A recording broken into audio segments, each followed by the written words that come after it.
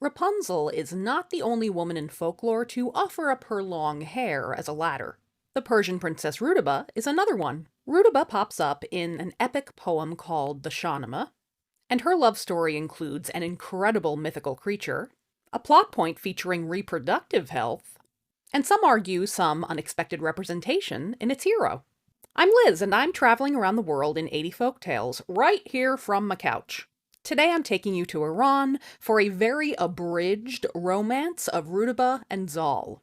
Rudabeh was a princess of Kabul, and like many folklore ladies of her ilk, she was an extraordinary beauty.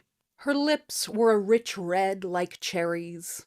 Her bosom was round and irresistible as a pomegranate. Her face lit up the sky like the moon, and she left a delightful perfume wherever she passed. Most distinguishing of her traits, however, was her long black hair. Legends of Rudabeh's beauty spread across the land, reaching the ears of Zal, a warrior known not only for his prowess in battle, but for his shock of white hair. And Zal fell for Rudabeh from her description alone, which anyone who's used a dating app knows is a really hard thing to do. Ladies, try comparing your boobies to pomegranates.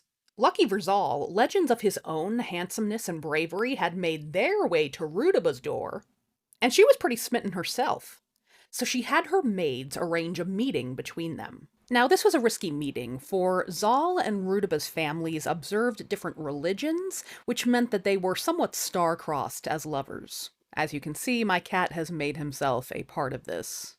Just imagine his tail as a long lock of Rudabeh's hair. Nevertheless, the two young people met at Rudabeh's tower window. But how were they to sneak the young man in?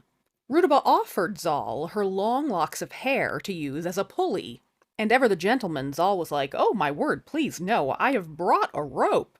No need to strain your neck on my account." The two fell in love and shortly announced their intentions for each other. And the families were happy to support the union when astrologers predicted that the child of Zal and Rudabeh would become the greatest warrior in Persian history. Those two crazy kids got hitched, and not too long later, Rudabeh was expecting. Now, over the course of her pregnancy, it became very clear that Rudabeh's baby was going to be a big one. Her labor came late, and it came hard.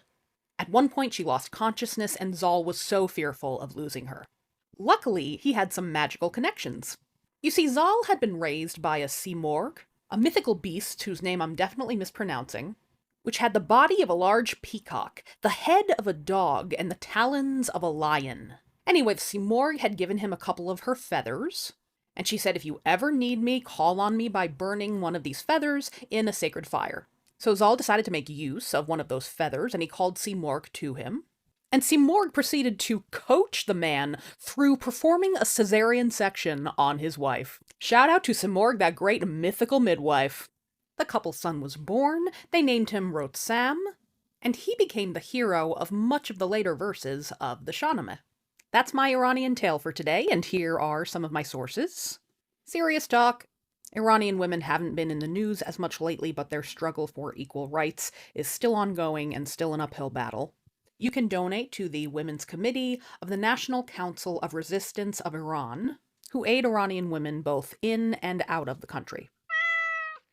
Let me know in the comments which mythical creature you would prefer to be your midwife, and let me know where else I should visit for a future folktale.